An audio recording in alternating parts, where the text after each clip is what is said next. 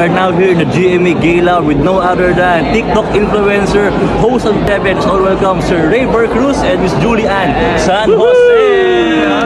Sir Ray, Miss Julian, would you rather? So yeah. Would you rather have 10 million US dollars today?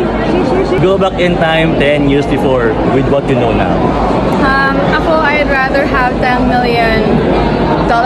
Shing, shing, shing, shing, shing. $10 million before. Kasi, syempre, iba na kasi yung buhay talaga ngayon eh. Yes, yes, yes. And mas maganda pag maaga kang nag-invest. Sir Raver? Ako ibahin ko ng konti. Okay, okay. Go back in time. Kasi syempre, miss ko yung mom ko eh. 10 years, 10 years, kasama ko pa rin siya. Pero kahit na go back in time, siya at siya pa rin nakahanapin. Yeah! Kapuso ka!